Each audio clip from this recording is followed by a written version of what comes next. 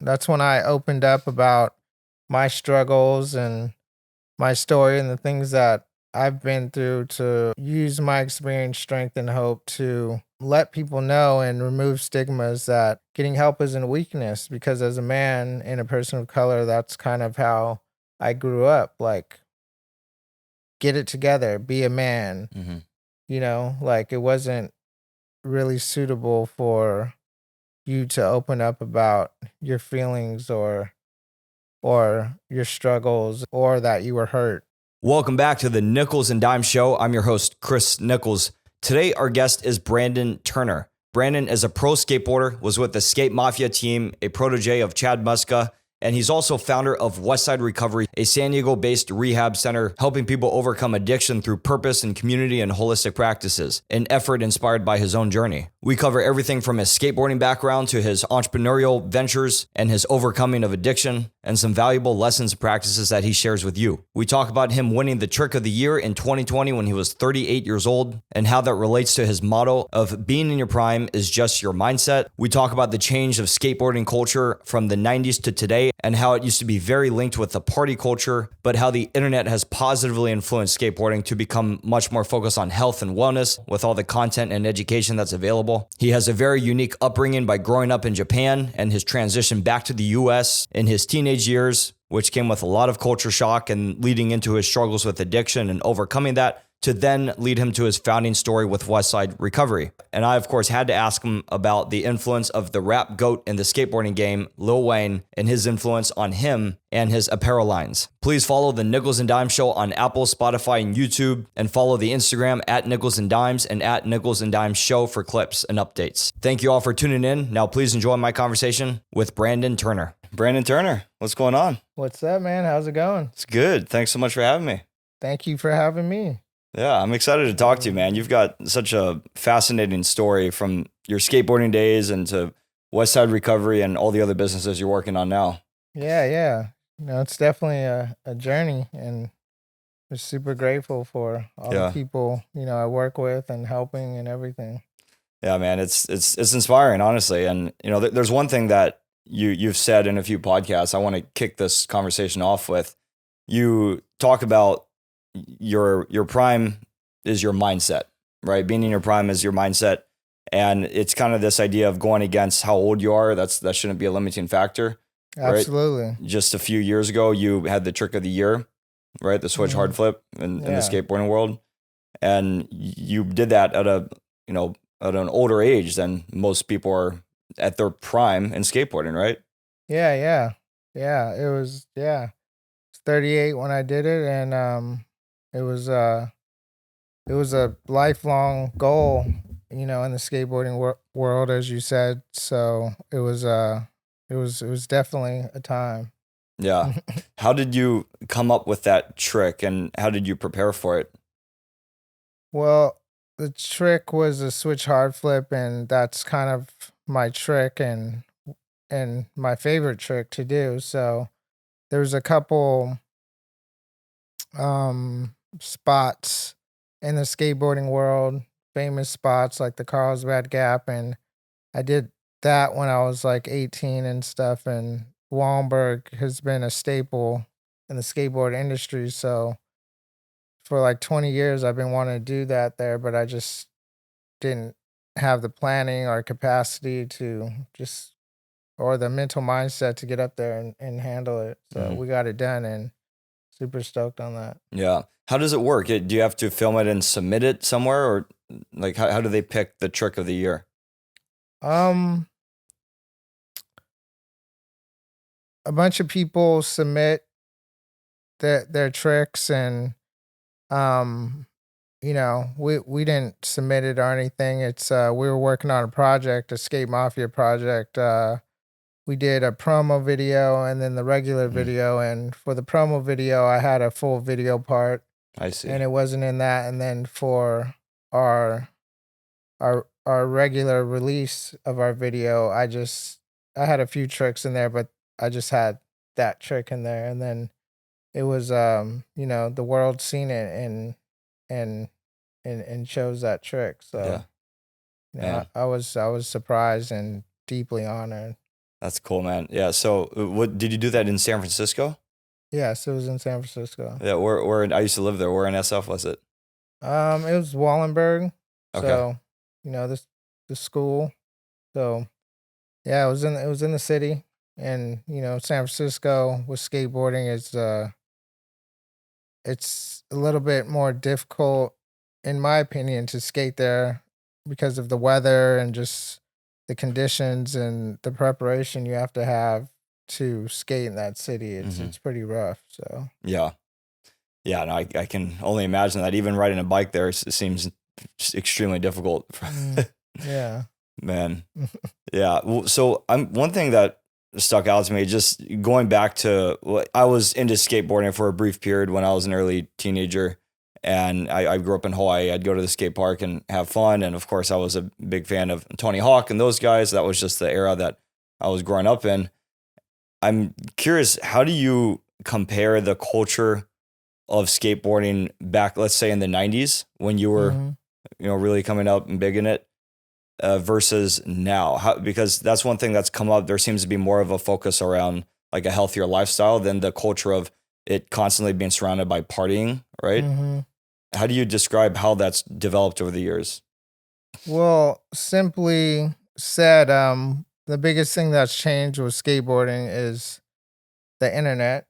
Mm. You have easy access to just what everybody's doing. So, I feel like it just goes in and out with the culture now. It's just there's so much content that you don't have really the depth just to appreciate the work that has went into a project, and certain people do, and like I do, like I really dive into a video and appreciate and know how much work it takes to go into that.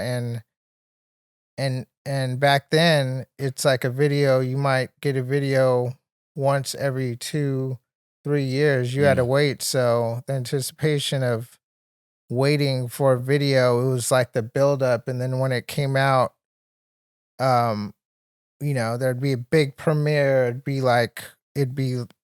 the it'd be kind of like the next, like upping what was going on in skateboarding as far as like skill sets. So it mm, kind of lets you know where you're at, but it was the wait. And mm, as far as health and stuff and people's lifestyles nowadays, um giving credit to the internet and stuff, you have access to all this information, all this knowledge, and influencers with health and wellness, or just clickbaits, whatever. But um nowadays I see, when I was growing up in the 90s, it's the drinking and partying was used as a marketing tool, and mm, kind of like the harder you can go hard and party, the better your brand was, because like I think like, oh, these guys are just having fun, and mm, the companies use that to market. And nowadays kids, I feel like, are more educated and more smart, and kind of, it's amazing to see they've kind of moved on from drinking so much, and are more focused on treating it like they're an athlete, mm. and working out, eating healthy, and with their mental, spiritually, and physically, like, just more on point. Yeah. So, do you think that you would credit the ability for anyone to make a video and share it online, uh, kind of to why people are able to be more unique? Whether it's, oh, I'm a skateboarder who parties, I'm a skateboarder who likes to, be super healthy and work out. Would you credit towards that?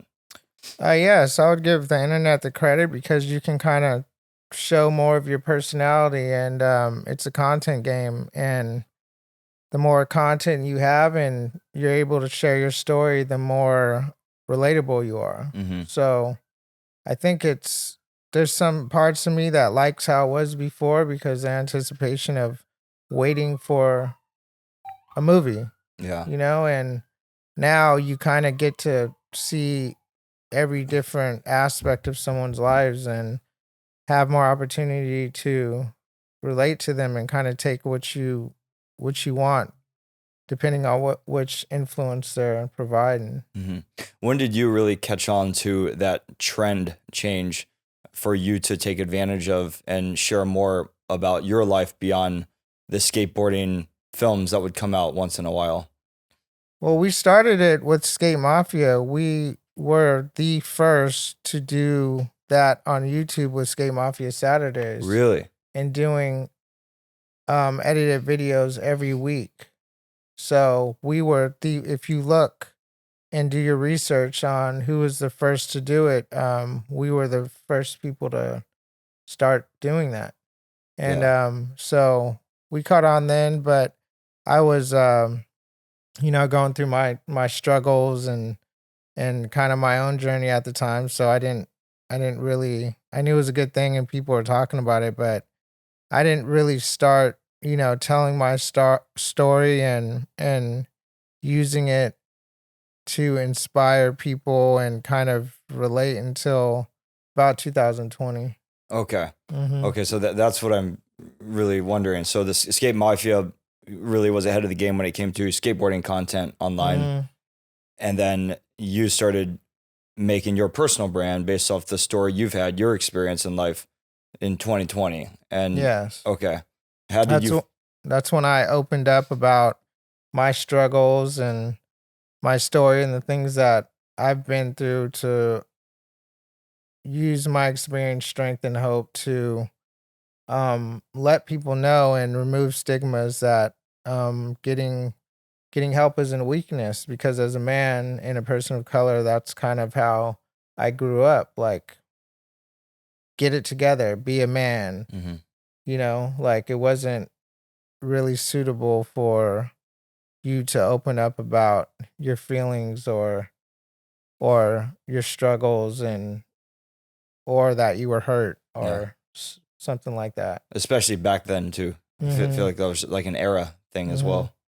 And people who did have that in their family aspect and did grow up with that, with all the love and support and being able to open up and express their feelings, like, I believe those are the ones that are really ahead of the game with their mental maturity. Mm-hmm.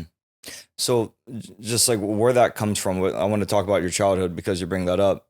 You moved to Japan super young, right? Yes. And you were there until about your early teenage years. Mm-hmm. I mean, how do you describe that experience? It's such a different place. You know, it's such a unique culture.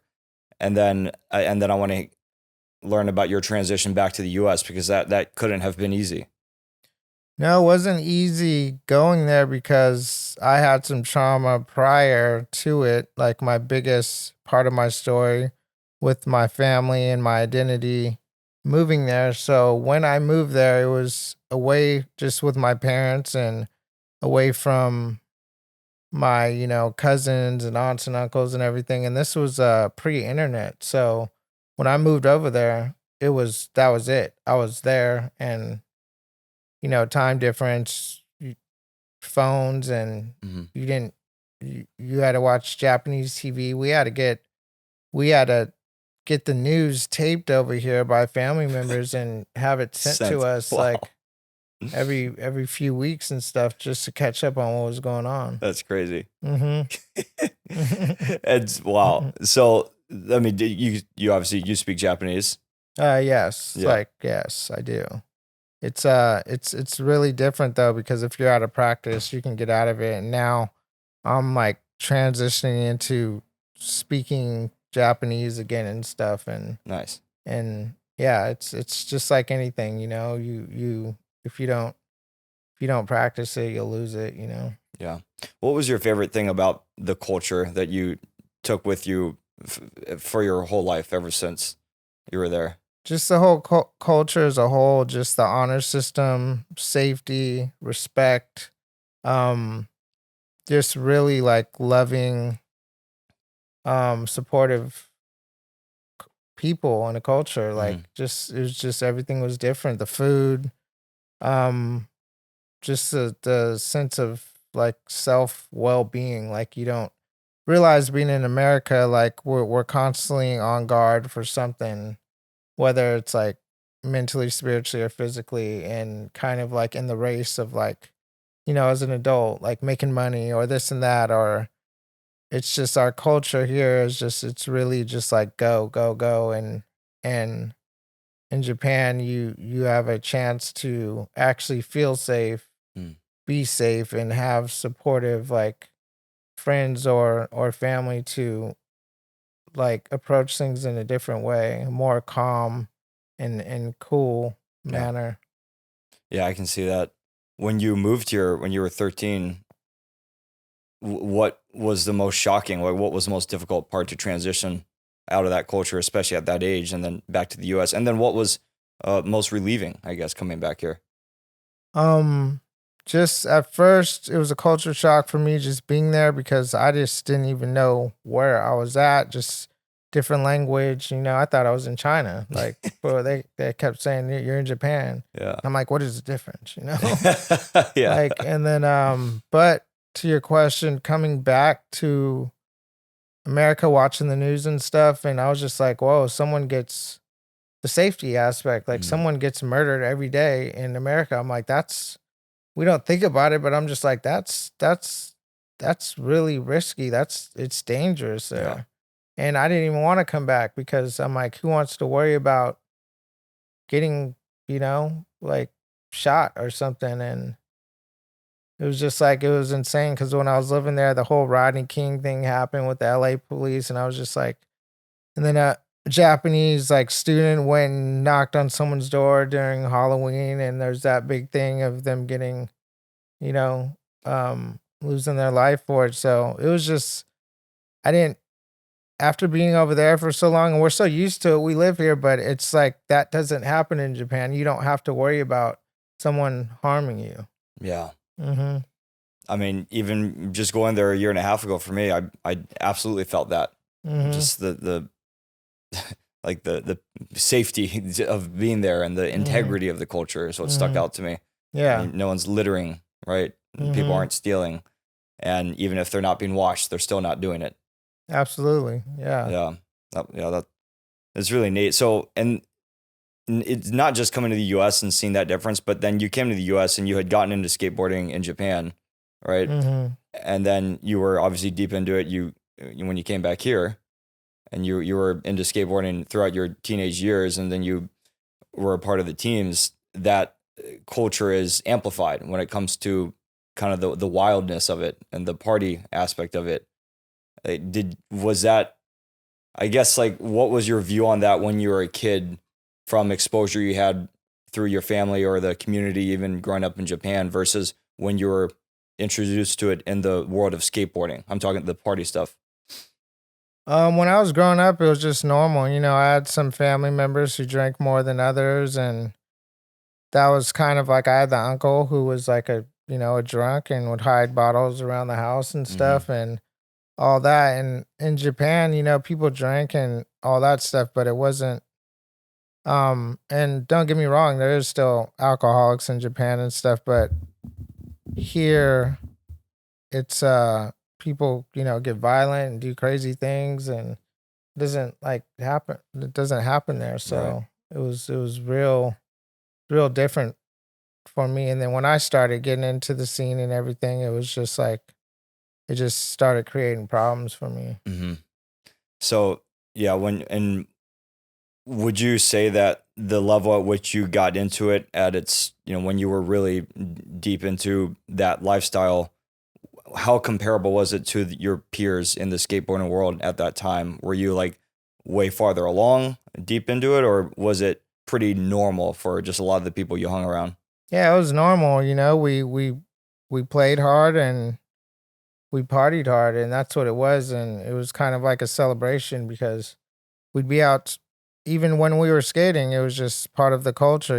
We'd have like an 18 pack and be drinking um while we skated. And for me, it just kind of loosened me up and kind of dimmed the fear. Especially like it worked for a little bit, like be looking at some crazy rail, and have a couple beers, and then it didn't look so crazy after that. So kind of that liquid courage. Yeah. Mm-hmm. Yeah, I see that in snowboarding today a little bit still too. Yeah. Yeah. Wow. So when when you fast forward, I mean, your story is all over the place online. Anyone can go look at some of the gnarly experiences you've had. Mm-hmm. I want to focus more on like what you've been able to accomplish after that, the impact you're having now, and what you're working on in the future Mm-hmm. from a business standpoint. But Westside Recovery is a huge part of that. And Absolutely. yeah, so when did I want to understand how this idea was started. Like, how did you come up with it? And then how did you start taking those steps to start it? Well, when I got sober and stuff, like you take away something and you got to replace it with something because that was part of my lifestyle, drinking and partying, and that was kind of like our connection in the skateboarding community. So it was part of my identity, and it was difficult for me because I had to like separate myself from certain friends who had influence over me, not because of them, because that's just what we did. We barbecued, we drank, and that's what it was. So it was difficult because I kind of had to isolate myself away from certain friends and then make new friends who are on the same path as me. So Mm-hmm. with that, with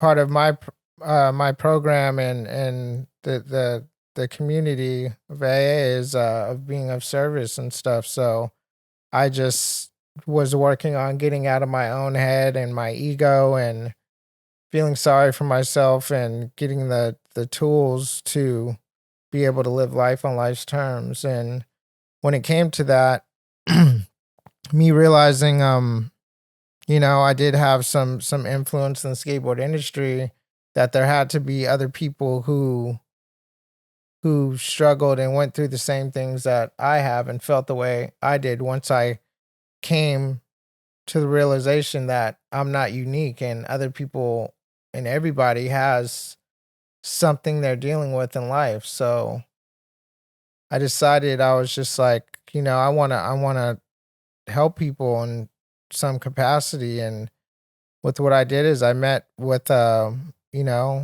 company, a rehabilitation center, and I was just like, okay, skateboarding has given so much to me, and I was always in the mode of like thinking of what I can get out of it, whether it's a sponsorship, a deal, or something. And I was just like, what could I get back? And so I was just like, Mm. this facility, I wanted to create a skate program and Pilates program and wellness and inspire people through my story as someone who's been through it and has been locked up and all that. And ended up being the activities director for another facility and doing admissions and business development and everything. And I didn't plan that, but it ended up, I'm like, oh, in turn for me doing that for another company, um, after a certain amount of time, then we can partner and I can start my own company. Mm. And so I did 2 years there, and then that's when Westside Recovery was born, and had to go through all the things to be able to make that happen. Mm-hmm. And here we are. Well, yeah. I mean, what made you believe that you could do your own? Was it because of the brand that you've built just as a skateboarder, and you had you had a following, you had people who knew you?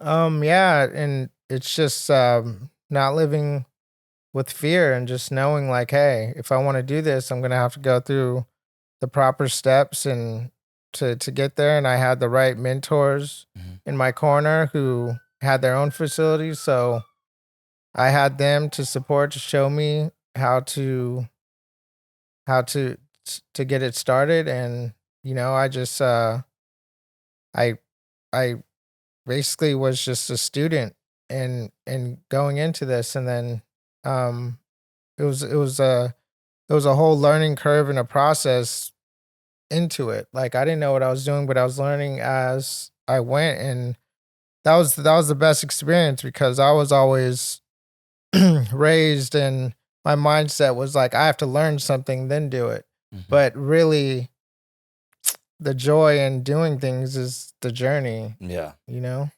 Yeah. And it's the only way to learn sometimes is just to get started. Yeah, just start doing it. Mm-hmm. People want to wait and say, "Oh, after this and then after I do this, then I can do this and whatever." If you want to do anything in life, I would just say it to anyone, just start doing it. Like, and you're going to fail, and through, if you're a skater and or do any sport, it helps you like learn how to deal with failure. Mm-hmm. And like in life you're going to fail, and people I think are afraid of failing. And thing of it is, you're not going to get around failure, because in order to be, there's not something for nothing. There's the complete opposite in anything you do. So in order to succeed, you have to fail. Yeah. Hmm. So, I mean, on that note, what would you say was the most challenging part of getting Westside Recovery up and running and growing in it? um just getting the licensing, and um building the relationships to have people trust you in their journey, and getting the therapists and the doctors, and getting in the system. Mm-hmm. But for me personally, the hardest part was just fear. Just like, oh, what if I fail? Oh, what am I doing? This is crazy. This is above me. And just those thoughts came, but I just let them come and go. And Oh, I just did all my personal self-development work and got through it. yeah, that's cool, man. What are the different forms of recovery and healing that people have access to who join the program, and who do you target? Like, what is the ideal person who should join the program? It's not really an ideal person. It's just the person that, okay, there is. The ideal person is someone who's ready and wants to get help, because it's not possible to help somebody who doesn't want the help. Mm. And it has to be their decision. There's no convincing someone of something unless they want it. And that's the biggest thing in recovery. You're not going to talk in some rare instances, like, hey, they can act like they want help or whatever, but it really has to be their decision. And that's the type of person that I'm looking for, someone who opens up and comes and is like, hey, I need help. Mm-hmm. Yeah, no, that's good. And is like, what is the role of skateboarding? As I know, there's other activities people do, whether it's surfing or Hmm. other things. Like, how much does that come up to help people recover? Just because it's yours, it's your company, and Hmm. that's your background.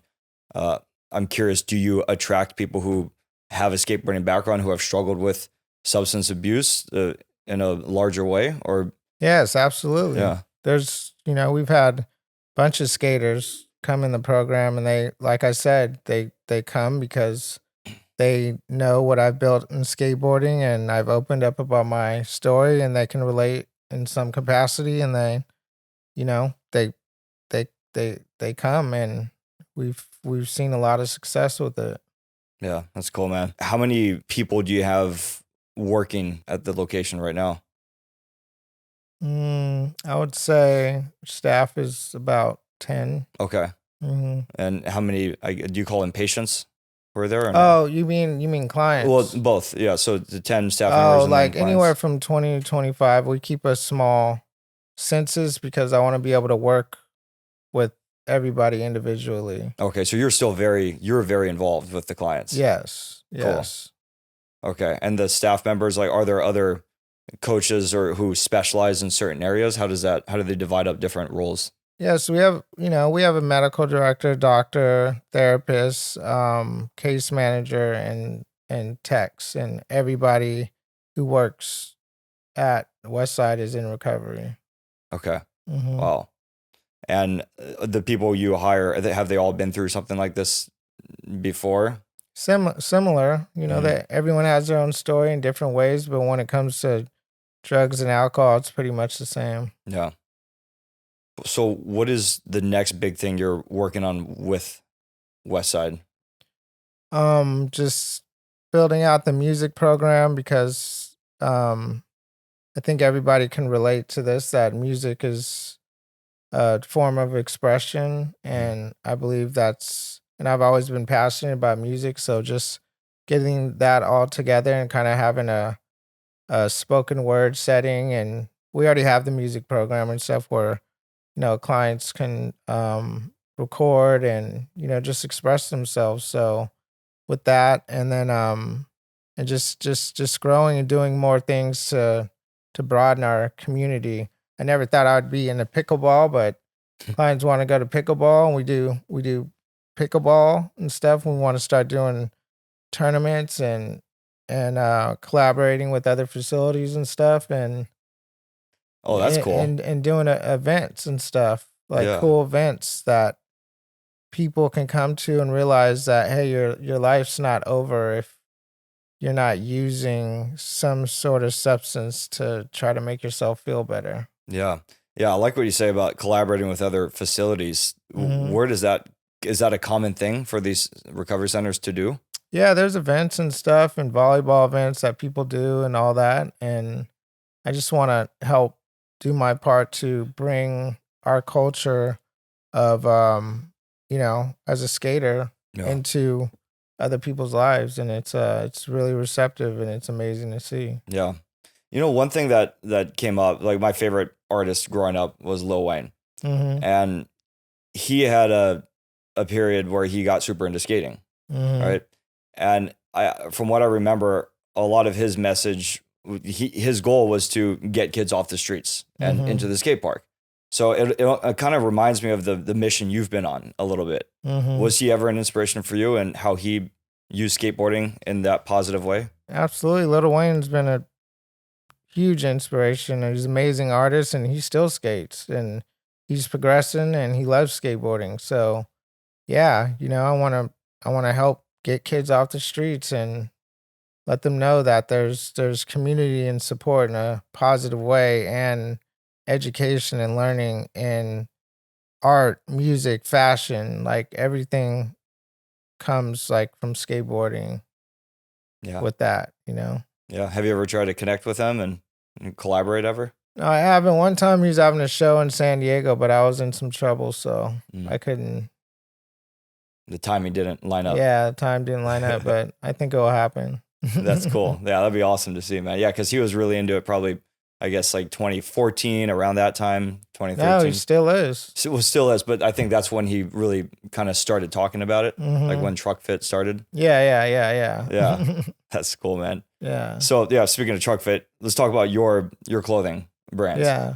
Right. So Just starting good parking, and it's not going to just be a clothing brand. We're going to do it seasonal, and we're going to use it to inspire the youth and everyone, and do events like best, cash for tricks events, and just make cool gear, and use people's stories and expression and lifestyle to bring people together. The same thing, because that we're doing, but clothing's a part of it. We got to wear clothes, and mhm. and also being mindful of like the environment though too. And there's a lot of clothing out there, and there's a lot of unethical ways stuff's made. So we want to stay in lines with like giving back to people and communities who actually make the clothes and stuff. Yeah. That's like, what do you mean by that? Like the communities that make the clothes and giving back in that way? Like if we got some clothes done in India with let's say women who escaped like an abusive relationship, and they have they make clothing and stuff, some proceeds go back to them, and it's supporting them, or just different groups with people who've had a struggling story, and how we can use the art with the clothing and everything to help inspire and tell other people's story at the same time, Mm-hmm. giving back to them. Yeah. That Hmm. makes sense. How about other projects you're working on? I guess before you list them off and talk more about them, like how do you manage everything? You got a lot going on. and you always have. How are you able to, I mean, the Westside recovery, it seems like you've been able to build a system, but you're still very involved, right? With the clients, you're there all the time. And then like what has given you the inspiration to start these other business ventures that you're in, clothing being one of them, but you said you have concrete and some other stuff going on? Yeah, so like the music label and the purpose of that is because we wanted, I've been in music for a long time and stuff, and if I'm gonna help people do music, it's gotta be in the right way. Mm-hmm. And there's so much stuff you gotta do in the business side of music to make it legit. That's why you've seen a lot of people make music and they don't make money or whatever because it's not done right, Yeah.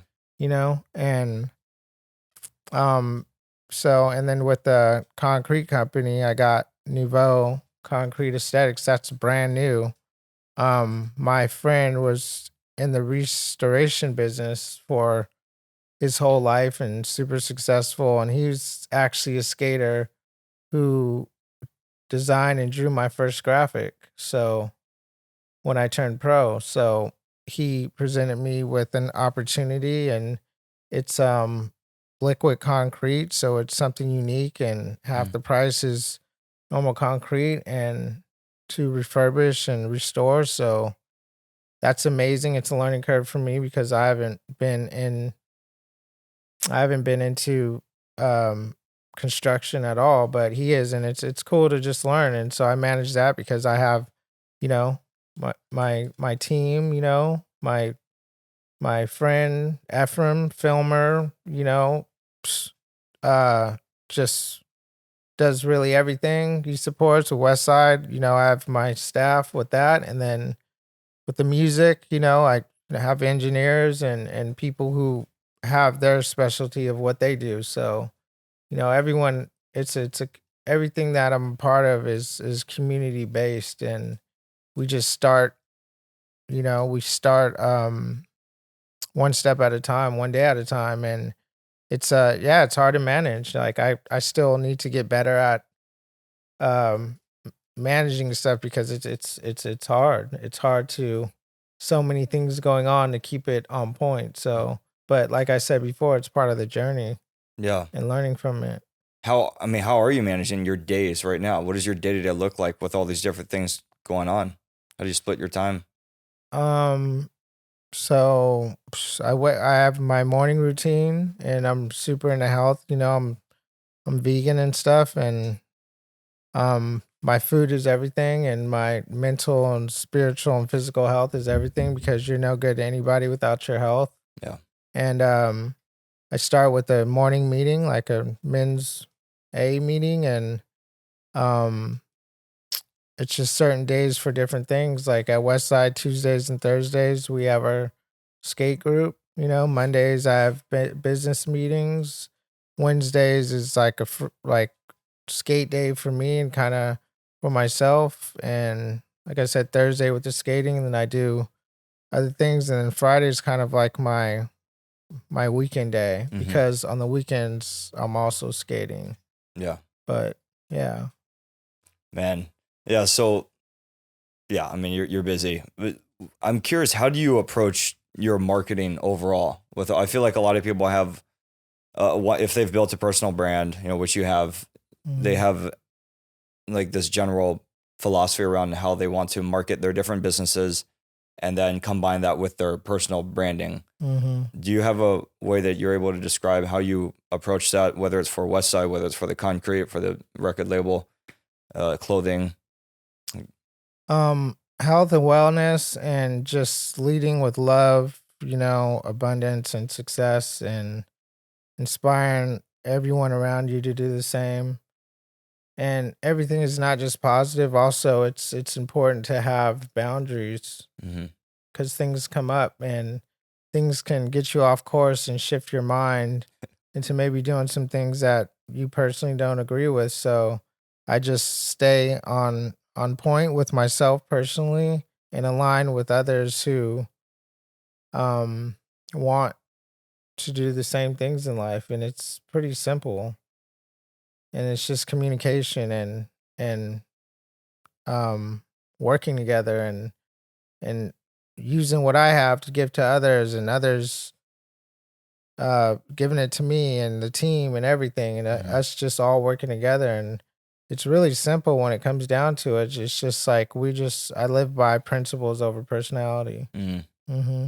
Yeah, so it's just a really authentic approach based off all the things you've learned from your evolution and your growth, and then putting that out there in the form of your, in the form of your brand, right? And apply that to every business that you're working on. And that leads the way to why people would want to be associated with it or be a customer or a client to whatever, any of your businesses. Yes, absolutely. It's integrity. What you asked, integrity, and staying solid with your relationships, and just showing up for people, when they need help or not, and just really staying true to yourself, and not veering from that, and just aligning with people who have the same vision as you. Yeah. I guess the hard part is finding those people, but in my experience, like, it naturally comes because that's what you attract when you're living like that. Yeah, 100%. I love that. And when you take that, I mean, that's what you're living now. That's the representation of who you are today. Who do you want to see yourself as going forward? What is your big goal with all the things you're doing as far as the impact you want to have, and maybe specific things you want to learn? My goal is just to see other people like thrive and see their goals through and fulfill their dreams. And just like the first Shorty's video, it's just like fulfill the dream. It's just like, how good it feels to help somebody else and it actually benefits them. So everything's a mirror. Everything's a mirror. It's like a reflection of yourself. So, love thy neighbor, that type of thing. So, and like, I live by, happiness is not something that's attained. It's the byproduct of love and service. Yeah. I like that. Man, that's cool. So one thing I like to ask, just on the business, a general business question I ask everyone on the show at the end, towards the end, is if you have an entrepreneurial life hack that you've taken away from your experience that you could share with the audience that goes against the mainstream belief. Do you have an answer for that you would share? I think so, yes. You're no good to anybody without yourself, and you're nothing without your health. And lead with integrity and start now. Don't wait. Yeah. That's awesome, man. That's real. That's real. I mean, that's such a theme that comes up all the time, is the people the inaction kills all opportunity. Right. And this is something I've really tried to incorporate into my life with the different things I work on. But it's a lot of people want things to be all set up and perfect before they start anything. And then they never start because of that. And once you start, you have so much more of a breakthrough on how you're going to move forward with that thing. Right. Absolutely. Yeah. Absolutely. You have to start somewhere. Yeah. And you adjust along the way. Start talking to people. Go out and ask somebody else how their day is. A stranger. Yeah. You never know who you might meet or anything. Just open yourself up. Yeah. Don't be so guarded. Yep. That's real, man. Wow. So when I'm curious, one thing that I'm trying to understand better too is it's actually in the world of recovery, but maybe different from like what you guys do, but it's sleeping. Like, do you have a sleep routine? What kind of sleeper are you? I just recently changed it. Last night I was watching Black Mirror. I don't know how good that is for me, but try to go to sleep by 11, and I usually wake up at 7. Okay. But I want to start getting to sleep by 10 and waking up by like 5:30. But right now it's 7. So sleep is super important. and also meditation. Mm. Like our brains through the ether, we are receiving stations. And I tell a lot of people, if you can't spend 10 minutes with yourself, how could you expect anyone else to spend any time with you? Yeah. Do you do meditation at night before you go to sleep? Usually in the morning and at night. If I'm having like a rough day and I'm in my head and stuff, then I'll definitely stop and meditate. And it's not easy. Mm-hmm. But we're human beings. We're meant to be. Like, it's like, just breathe. Mm-hmm. Most of the people go through their whole day without breathing correctly. That's huge. Yeah. Mm-hmm. What is your understanding of breathing correctly? Because this is a big thing I'm actually working on. Different techniques. If you look at, I do pineal gland like activations that I've like learned from Dr. Joe Dispenza. Oh, yep. Yeah, Yep. and just like activating the pineal gland, and that's like with like inhaling for like 4 seconds and then holding for 10, and then activating your clenching yourself up Mm-hmm. and seeing that go up there, so the cerebral spine fluid goes up there, and then releasing. I do that a lot, and that helps. Do you put your clients at Westside through some of these exercises?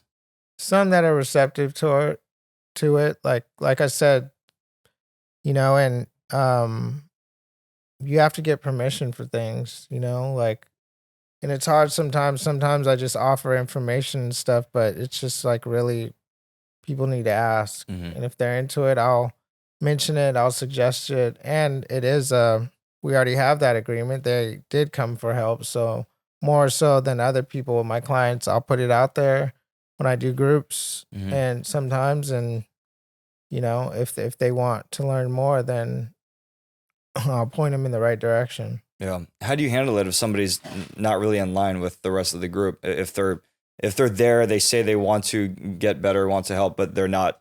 Their actions aren't lining up with that. They're maybe more difficult to try to help. Simple.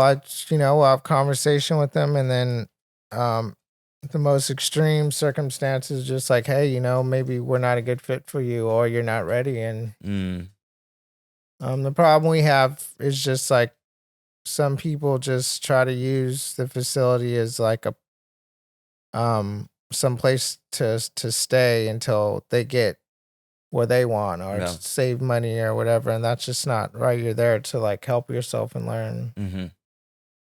Yeah. Yeah, man, it's got to be tough, certainly for them when they have that conversation with you. Yeah. Do you ever see them like shape up on the spot when you have that conversation and say, okay, well, I'm not going to be here anymore. I got to stop. I got to take this much more seriously. Yeah, sometimes. Mm-hmm. And sometimes they just accept they're not ready, and then they go. Yeah, sometimes they have to go, and then some people will come back and stuff. It's just part of their journey, and it's not my job to get in the way of people's journey. I'm just, a potential guide if they ask. Yep. Man, well, Brandon, I love the evolution that you've had as a person throughout this time and how you use that to go help these other people. I love stories like this, and you're incorporating such an entrepreneurial bone in your body to all these other projects you're doing. Mm. It's cool to see. It's inspiring. So I appreciate the impact you're having, and just really nice to get to know you a little bit better. Yes, thank you for having me. I appreciate you, Chris. Absolutely, yeah. Yeah. One thing I also like to do at the end is ask, is there anyone in your network who you would recommend I have on the show, given that this show is entrepreneurship focused, but in the world of health, wellness, fitness, and sports? Yes, absolutely. Good friend Brandon Novak. Okay. Yeah. All right. He's my boy, so. Nice. Yeah, what does he do? Same thing I do. He's a skater. He has a facility in Delaware, and another person is Brandon Parkhurst. All right. He's a therapist, musician, and we have another company called Portal, and it's somatic therapy, and we have groups, and it's different. We do retreats. That's what I do. We have, um, every week up in Encinitas, we have a club consciousness meetup, and it's just like we're just activating and more community, more growing, more getting out of yourself. So Yeah. Portal is another company I'm a part of, and it's huge. We have clothing with that and stuff too, and that supports like us making cool stuff for well-being and just community and I really like for my personal growth and stuff. I go on retreats, Okay. and there'll be a therapist there, and we'll have some exercises and meet like-minded people who are on the same journey. So that's what we do at Portal. Got it. That's cool. Mm-hmm. Yeah. Gosh. It's like, what is can I ask real quick, just what does a retreat look like? Because I love that kind of stuff. Last one we did was Mammoth. Oh, cool. We did some like eating good food, playing music, cold plunging, All that stuff. Yeah, just hanging out, Yeah. and then getting deep with some stuff, and just getting out of your environment, and sometimes that's what it takes. Mm-hmm. It's just a lot of where you're at. If you want to be be somewhere different, is your environment. Yeah, definitely. Well, man, we'll make sure to tag all the things you're involved with so that people can see what you're working on and find you and get to know you online. And man, thanks again, Brandon. This is really cool. Yeah, thank you. Yeah, awesome. Yeah. All right. Bye, guys. All right. Thanks for joining me for this episode of the Nichols and Dimes Show. Please hit the subscribe button on YouTube and follow my Instagram page at Nichols and Dimes. The podcast Instagram page is at Nichols and Dimes Show. And please like any of the videos you come across on either platform and leave a comment, leave feedback. It helps me to improve and innovate and to continue to scale and bring more interesting guests to the Nichols and Dimes Show. Thank you all for the support, and we'll see you next time.